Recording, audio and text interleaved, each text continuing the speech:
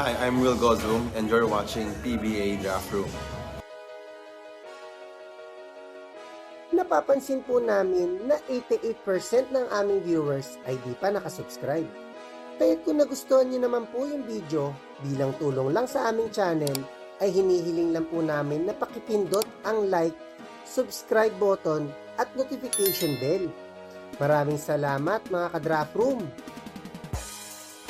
Welcome back po mga ka-Draft Room. Isa sa mga inaabangan every draft ay ang mga NCAA MVPs. Dahil as expected, ay talagang pwede magbigay sila ng instant impact sa team na kukuha sa kanila. Gaya nga before nila Calvin Oftana, CJ Perez at Scottie Thompson na mga former NCAA MVPs na naging superstar sa PBA.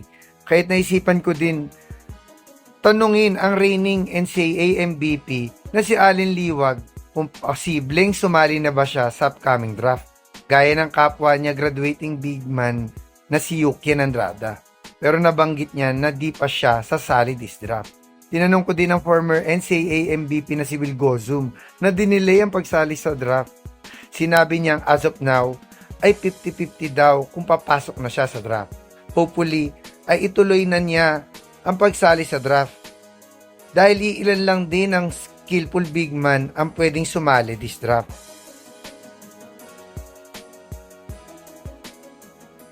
Hanggang sa susunod na lang mga ka-Draft Room.